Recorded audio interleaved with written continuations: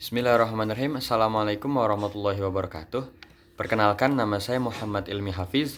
Nomor NIM 1908101074. Insyaallah saya di sini akan mempresentasikan pada bagian awal, yaitu tentang sejarah berdirinya Mesir. Baiklah, Mesir menjadi wilayah Islam pada zaman Khalifah Sayyidina Umar bin Khattab pada tahun 640 Masehi, di mana Mesir ditaklukkan oleh pasukan Amr bin As, yang kemudian ia jadikan gubernur di sana. Lalu kemudian diganti oleh Abdullah ibnu Abi Syarah pada masa Khalifah Sayyidina Utsman bin Affan. Nah, akhirnya berbuntut sebuah konflik yang menjadi terbunuhnya Khalifah Sayyidina Utsman bin Affan. Nah, Mesir menjadi salah satu pusat peradaban Islam yang pernah dikuasai oleh dinasti-dinasti kecil pada zaman Bani Abbas, Bani Fatimiyah, sampai tahun 567 Hijriah yang mendirikan Al-Azhar.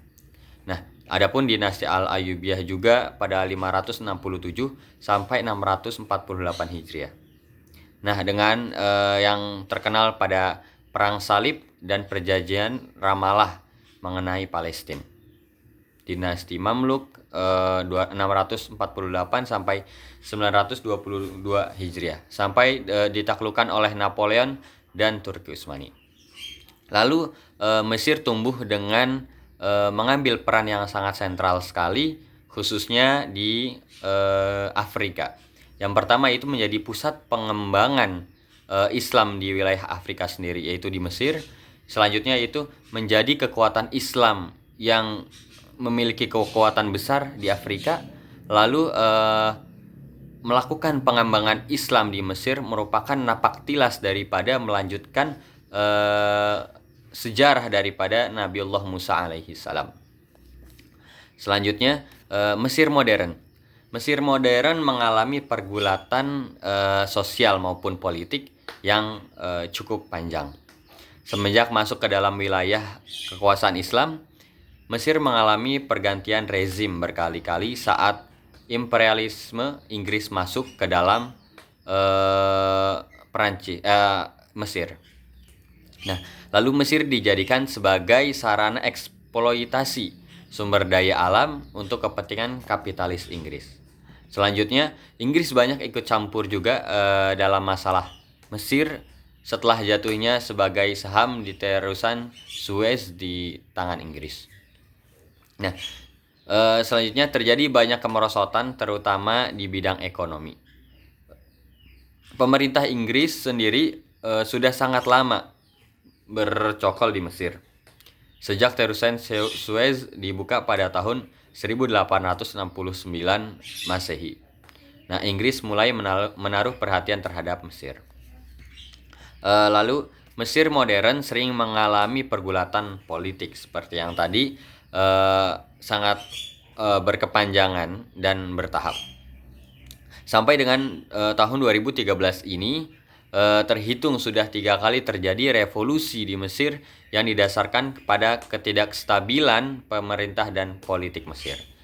Nah, antara lain pada revolusi yang terjadi pada tahun 1919, yang pertama itu revolusi tersebut terkait dengan penempatan pasukan-pasukan militer di Inggris di Mesir, khususnya di sekitar terusan Suez. Nah, pemerintah Mesir di bawah Muhammad Ali memiliki sifat loyal terhadap Inggris. Sebagai kebijakan politik Mesir diputuskan oleh perwakilan Inggris yang ada di Mesir. Pada saat itu, Mesir sudah dijadikan negara boneka oleh Inggris, dan pemerintah Mesir memiliki ketergantungan sangat besar kepada Inggris.